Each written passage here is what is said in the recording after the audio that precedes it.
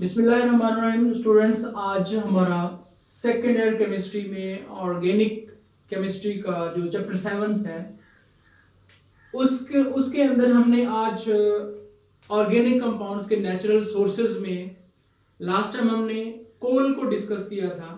और नेक्स्ट जो हमारे पास सोर्सेज ऑफ ऑर्गेनिक कंपाउंड हैं उनमें नेचुरल गैस और पेट्रोलियम को लेके आज हमने बात करनी है। सबसे पहले अगर हम बात करें नेचुरल गैस की, तो नेचुरल गैस एक्चुअली क्या है? That is a mixture of low hydrocarbon. Low hydrocarbon क्या होते हैं? जिसमें नंबर ऑफ कार्बन जो हों वो बहुत कम हो और उनका इसी तरह बॉइलिंग पॉइंट जो है वो भी कम हो। अब लो हाइड्रोकार्बन में नॉर्मली जो पहले चार हाइड्रोकार्बन हैं अल्केन्स हैं, जिनमें मीथेन हो गया, इसी तरह इथेन, प्रोपेन और ब्यूटेन, इन चार यानी इन लो हाइड्रोकार्बन का मिक्सचर होते हैं। जो नेचुरल गैस होती है that contains most of its component that is methane. Natural gas के अंदर 80 to 90% जो होती है वो मीथेन गैस होती है। इसके अलावा जो 10% होती है, 10 to 20% जो होती है वो बाकी आपके पास हाइड्रोकार्बन होती है। इसके अलावा इसके अंदर नाइट्रोजन भी होती है और भी पार्ट्स होते हैं, लेकिन जो मेन हाइड्रोकार्बन होते हैं वो ये पहले चार लो हाइड्रोकार्बन मौजूद होते हैं। अब यहाँ पे हम अगर नेचुरल गैस की बात करें कि ये कैसे हमें मिलती है, तो इस तरह जिस तरह हमने लास्ट टाइम बात की थी कोल के बारे में कि कोल मतलब कैसे बनता है कि जब जो प्लांट्स होते हैं जब वो जमीन के अंदर दब जाते हैं तो ऊपर जो प्रेशर, टेम्परेचर और बैक्टीरियल डीकंपोजिशन की वजह से जो प्लांट्स होते हैं that are converted into coal. तो इसी तरह जाहिर सी बात है, जिस तरह प्लांट्स जमीन के नीचे दफन हो जाते हैं, दब जाते हैं, तो इसी तरह जब एनिमल्स जमीन के अंदर दब जाते हैं और उनके ऊपर जब वेदरिंग इफेक्ट होता है या बहुत ज्यादा टेम्परेचर प्रेशर बढ़ता है या बैक्टीरियल डीकंपोजिशन होती है, तो उनके जो फोर्सेस होते हैं प्लांट्स के वो नेचुरल गैस में कन्वर्ट हो जाते हैं। यानी जो मेन सोर्स है नेचुरल गैस का दैट इज एनिमल्स। जिस तरह कोल का मेन सोर्स प्लांट्स थे, तो नेचुरल गैस का जो मेन सोर्स है वो प्लांट्स होते हैं। कोल जिस तरह कोल का मेन सोर्स प्लांट्स होते हैं, इसी तरह नेचुरल गैस का जो मेन सोर्स होते हैं वो एनिमल्स होते हैं। अब इसका मतलब ये नहीं है कि जो नेचुरल गैस है वो बिल्कुल 100% ही एनिमल से हासिल होती है। कुछ हद तक जो प्लांट्स होते हैं वो भी नेचुरल गैस जो है वो प्रोडक्शन का सबब बनते हैं। अब अगर हम नेचुरल गैस की बात करें तो मेन 3 थ्योरीज हैं जो नेचुरल गैस को डिस्कस करती हैं। इनमें सबसे पहली जो हमारे पास है टाइप या प्रोसेस समझ लें कि किन प्रोसेसेस से हम नेचुरल गैस हासिल कर सकते हैं। पहला प्रोसेस है थर्मोजेनिक। थर्म का मतलब होता है हीट, थर्मोजेनिक का मतलब है कि ये ऐसा प्रोसेस है जिसमें प्लांट्स और एनिमल्स दोनों चीजें जब जमीन के अंदर दब जाती हैं, तो उस जमीन के अंदर जब वो चीजें दब जाती हैं, ऊपर से जब मिट्टी का वजन पड़ता है, प्रेशर पड़ता है या बहुत ज्यादा टेम्परेचर पड़ता है, तो कई 100 साल गुजर जाने के बाद जो आपके पास प्लांट्स या एनिमल्स हैं वो नेचुरल गैस में कन्वर्ट हो जाते हैं। यानी अब यहाँ पे हमारे पास नेचुरल गैस का जो सोर्स है वो प्लांट्स भी हैं, एनिमल्स भी हैं। तो जब वो दोनों चीजें जमीन के अंदर दब जाती हैं तो टेम्परेचर बहुत ज्यादा होने की वजह से जब वो नेचुरल गैस में कन्वर्ट हो जाते हैं, हम कहते हैं ये थर्मोजेनिक सोर्स है नेचुरल गैस हासिल करने का। इसी तरह जो दूसरा सोर्स है वो बायोजेनिक सोर्स है। बायोजेनिक, बायो यानी लिविंग ऑर्गेनिजम्स की यहां पे हम बात करेंगे। लिविंग ऑर्गेनिज्म कौन से, इसका मतलब क्या है कि कहा यह जाता है कि कुछ लिविंग ऑर्गेनिज्म यानी कुछ खास टाइप के बैक्टीरियाज होते हैं जिनका नाम मैथोजन कहलाता है। वो जो बैक्टीरियाज हैं, मैथोजन्स हैं, वो एक्चुअली प्रोड्यूस करते हैं मीथेन गैस। यानी मीथेन गैस जो है वो मैथोजन बैक्टीरिया बनाते हैं उसको। यानी ये अगर हम देखें तो जहां कूड़ा करकट के ढेर इकट्ठे हुए होते हैं तो वहां पर ये नॉर्मली बैक्टीरिया पाया जाता है मैथोजन, और वहां से वो जो गैस रिलीज हो रही होती है उस कूड़ा करकट के ढेर से, वो मीथेन गैस होती है। तो बायोजेनिक सोर्स या मैथोजन बैक्टीरिया जो है that are the second source of natural gas. इसी तरह जो थर्ड थ्योरी या प्रोसेस है वो ए बायोजेनेसिस सोर्स है।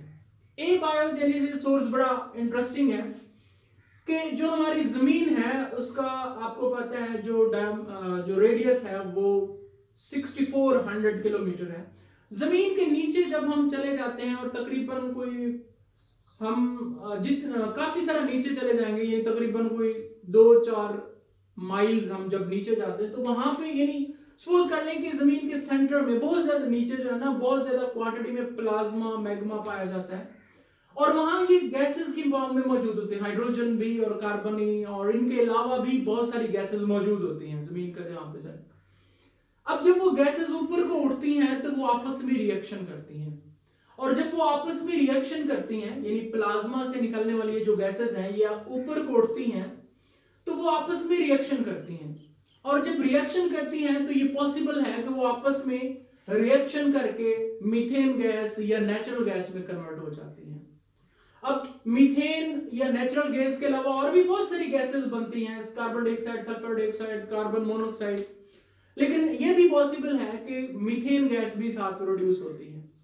यानी अगर हम जमीन लेवल से तकरीबन कोई 2 से 3 माइल्स अगर हम नीचे जाएं, बहुत ज्यादा ग्राउंडिंग में जाएं, डेप्थ में जाएं, तो वहां ये हमें नेचुरल गैस के सोर्सेज मिलते हैं। अब जितना हम जमीन लेवल से नीचे चले जाएंगे, ड्रिलिंग करते जाएंगे, तो उतनी जो आपके पास नेचुरल गैस होगी वो प्योर फॉर्म में आपको मिलना शुरू हो जाएगी। तो ये अंडरग्राउंड सोर्सेज से इस तरह ये आपके पास ए बायोजेनिक सोर्स है। ये तो हमने बात की है कि नेचुरल गैस का हमारे पास जो सोर्स है वो कौन से हैं या कैसे हम बनाते हैं। जो दूसरा सोर्स है हमारे पास ऑर्गेनिक कंपाउंड का, वो हमारे पास पेट्रोलियम है। अब पेट्रोलियम को अगर हम डिफाइन करें तो ये क्या चीज होती है, इसमें सबसे पहले हमारे पास हम बात कर लेते हैं क्रूड ऑयल की। क्रूड ऑयल क्या होता है कि जब जमीन से हम ऑयल निकालते हैं तो वो जो ऑयल होते हैं वो रिफाइंड फॉर्म में नहीं होता, यानी ऐसे नहीं होता कि हम उसको गाड़ियों के अंदर या मोटर बाइक्स के अंदर या जिस चीज में हमने यूज करना है हम उसको यूज नहीं कर सकते। वो जो जमीन से हम ऑयल निकालते हैं वो एक तो पहली बात यह है कि वो हर तरह के ऑयल्स का मिक्सचर होता है, और दूसरी बात यह है कि वो इम्प्योर होते हैं, यानी हम उनको अपने यूज में लाने से पहले उन जो ऑयल्स हैं, क्रूड ऑयल्स हैं, उनको हम रिफाइन करते हैं। जब हम उनको रिफाइन करते हैं, यानी जो प्रोसेस ये रिफाइन का करने का है वो ऑयल रिफाइनरीज में किया जाता है, तो वो जब साफ हो जाता है, रिफाइन फॉर्म में आ जाता है, तो रिफाइन फॉर्म में जो आपके पास मिनरल ऑयल होता है हम उसको पेट्रोलियम का नाम देते हैं। अब वो जो पेट्रोलियम यानी आपके पास हम उसको जमीन से निकालते हैं क्रूड ऑयल, तो उसमें एक्चुअली जो क्रूड ऑयल होता है वो अल्केन्स का मिक्सचर होता है। उसमें हर तरह के छोटे बड़े अल्केन्स होते हैं, यानी उसमें कार्बन 1 से लेकर अप्रोक्सीमेटली कार्बन 40 तक जो है वो उसके अंदर मौजूद होते हैं। अब हम क्रूड ऑयल को ऑयल रिफाइनरी के अंदर हम रिफाइन कैसे करते हैं, यानी पेट्रोल कैसे सेपरेट करते हैं, डीजल ऑयल कैसे सेपरेट करते हैं, और जो गैसेस उसके अंदर इंट्रैप्ड है वो हम कैसे उसको सेपरेट करते हैं। तो उसके लिए हम क्या करते हैं, एक प्रोसेस करते हैं जिसको हम फ्रैक्शनल डिस्टिलेशन का नाम देते हैं। अब फ्रैक्शनल डिस्टिलेशन क्या होता है कि फ्रैक्शनल का मतलब है फ्रैक्शंस, फ्रैक्शन से ये लफ्ज निकला है फ्रैक्शनल। फ्रैक्शन का मतलब ये होता है कि उस मिक्सचर के अंदर जितनी भी तरह के आपके पास कंपोनेंट होते हैं उन कंपोनेंट को हम बोलते हैं फ्रैक्शन। यानी वो जो क्रूड ऑयल आपके पास यहाँ पे जमीन से निकालते हो उसमें फर्ज करें पेट्रोल है, डीजल है या गैसेस हैं, तो पेट्रोल डीजल वगैरह ये कंपोनेंट है या फ्रैक्शन होंगी उस क्रूड ऑयल की। उन फ्रैक्शंस को सेपरेट करना है। डिस्टिलेशन का मतलब होता है सेपरेशन या प्योरिफिकेशन, यानी उस मिक्सचर में से आपने पेट्रोल को सेपरेट करना है तो ये फ्रैक्शनल डिस्टिलेशन हो जाएगा, आपने डीजल को सेपरेट करना है तो वो फ्रैक्शनल डिस्टिलेशन कहलाएगा। अब आपने पेट्रोलियम की फ्रैक्शनल डिस्टिलेशन करनी है, और ये फ्रैक्शनल डिस्टिलेशन बहुत ज्यादा हाई टेम्परेचर पे की जाती है। यानी वो जो आपके पास क्रूड ऑयल है उसको आप बहुत ज्यादा टेम्परेचर पे, यानी फर्ज करिए यहां पे आपके पास क्रूड ऑयल है, ये आपके पास क्रूड ऑयल है, इस क्रूड ऑयल को आप बहुत ज्यादा टेम्परेचर पे हीट करते हो, तकरीबन वो टेम्परेचर कितना होता है 400 टू 500 डिग्री से टेम्परेचर होता है जिसपे आप क्रूड ऑयल को हीट करते हो। अब जब आप इस क्रूड ऑयल को इस टेम्परेचर पे हीट करना शुरू करेंगे तो उस क्रूड ऑयल के अंदर जितने भी कंपोनेंट होंगे वो अपने अपने बॉइलिंग पॉइंट पे क्या होते जाएंगे, एवेपोरेट होते जाएंगे। यानी फर्ज करें आपने उस क्रूड ऑयल के मिक्सचर को आपने हीट करना शुरू किया और जब आप 20 डिग्री सेंटीग्रेड तक पहुंचे तो उस 20 डिग्री सेंटीग्रेड पे जो आपके पास गैसेस होंगी वो यहां से एवेपोरेट हो जाएंगे। अब उस मिक्सर में से जो और आपके पास गैसेस हैं वो सेपरेट हो जाएंगे और कौन सी, यानी गैसेस के अंदर हम पहले भी बात कर चुके हैं कि जो नेचुरल गैस है उसमें नॉर्मली पहले 4 हाइड्रोकार्बन जो कि कार्बन 1 से 4 तक यानी मीथेन से ब्यूटेन तक जो ऑर्गेनिक कंपाउंड होंगे गैस की फॉर्म में वो सेपरेट हो जाएंगे।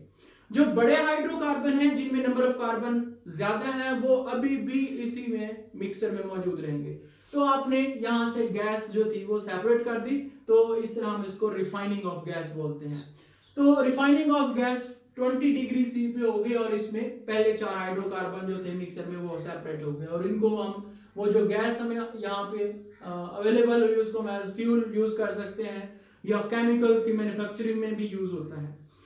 तो जो आपके पास बाकी मिक्सचर बच गया उसको आपने मजीद आपने टेम्परेचर देना है। जब उसका टेम्परेचर इंक्रीज होते होते आप पहुंचते हैं 70 डिग्री सी तक, यानी 20 डिग्री से 70 डिग्री सी तक आप इसको हीट करते हैं, वो जो मिक्सर आपके पास यहाँ पे बच गया है। तो उस वक्त अब देखिए कार्बन 4 वाले तो 20 डिग्री सी पे पहले ही निकल गए हाइड्रोकार्बन, कार्बन 5 से 10 तक जितने भी हाइड्रोकार्बन होंगे अब वो एवेपोरेट हो जाएंगे।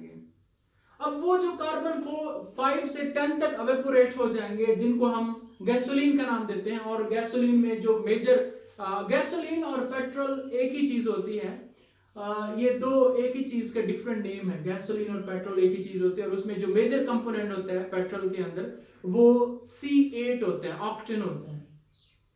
अब C5 से 10 तक जो हाइड्रोकार्बन है वो इस टेम्परेचर पे 20 टू 70 डिग्री सी के दरमियान जो है वो एवेपोरेट हो जाएंगे, उनको हम यहाँ पे कंडेंस करके उनको लिक्विड में कन्वर्ट कर लेंगे। अब वो जो हमारे पास गैसोलीन या पेट्रोल है वो उनके यूजेस में हमारे पास ये रॉ मटेरियल ऑफ प्लास्टिक और डिटर्जेंट सर्फ की मैन्युफैक्चरिंग में यूज होता है, ये फ्यूल के तौर पर भी गाड़ियों के अंदर इस्तेमाल होता है। इसी तरह अब आपने गैसेस भी निकाल ली, रिफाइन कर लिया और आपने गैसोलीन भी सेपरेट आउट कर लिया। अब जो मिक्सर बच गया उसको फर्दर आपने टेम्परेचर देना है और फर्दर टेम्परेचर देते वक्त जब आप 70 टू 150 डिग्री सी तक पहुंचते हैं तो उसमें जो कार्बन 8 टू कार्बन 12 वाले हाइड्रोकार्बन है अब वो निकलेंगे, अब वो एवेपोरेट होंगे। अब जब कार्बन 8 से 12 वाले हाइड्रोकार्बन यानी जो नेफ्था है वो एवेपोरेट होगा। इसी तरह आप नेफ्था भी इस तरह निकाल सकते हो जो कि कार फ्यूल के तौर पर, ड्रग मैन्युफैक्चरिंग, पेस्टिसाइड मैन्युफैक्चरिंग के तौर पर भी यूज होता है। इसी तरह आप जब फर्दर इसको हीट करेंगे तो इसको फर्दर हीट करने से आपके पास जो पहले कार्बन 12 तक हाइड्रोकार्बन निकल गए, अब कार्बन 10 से 16 तक आपके पास जो हाइड्रोकार्बन निकलेंगे उनको आपने क्या करना है जी, वो सेपरेट आउट करना है। अब वो जो कार्बन 10 से कार्बन 16 तक हाइड्रोकार्बन होंगे वो 160 से 250 डिग्री सेंटीग्रेड तक टेम्परेचर जब देंगे तो वो अब सेपरेट हो जाएंगे।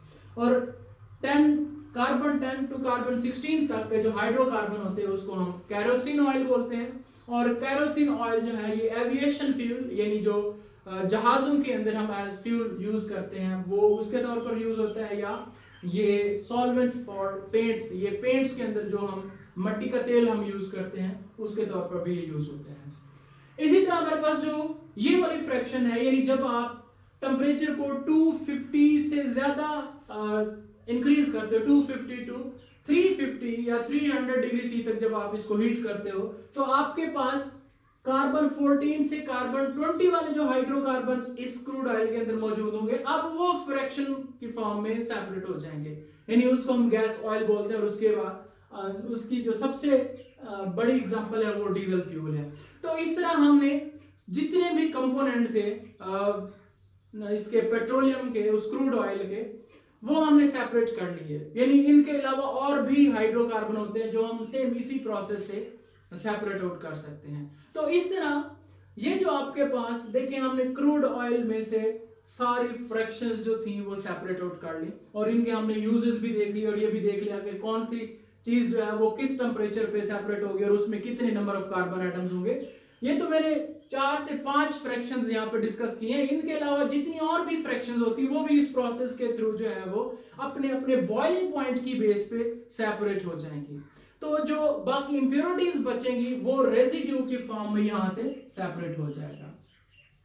तो इस तरह हम क्रूड ऑयल की फ्रैक्शनल डिस्टिलेशन करके हर कंपोनेंट को, हर फ्रैक्शन को on the basis of their boiling point हम सेपरेट आउट कर सकते हैं। तो ये आपके पास फ्रैक्शनल डिस्टिलेशन ऑफ पेट्रोलियम थी। नेक्स्ट फिर इंशाल्लाह हम नेक्स्ट लेक्चर में। Thanks so much.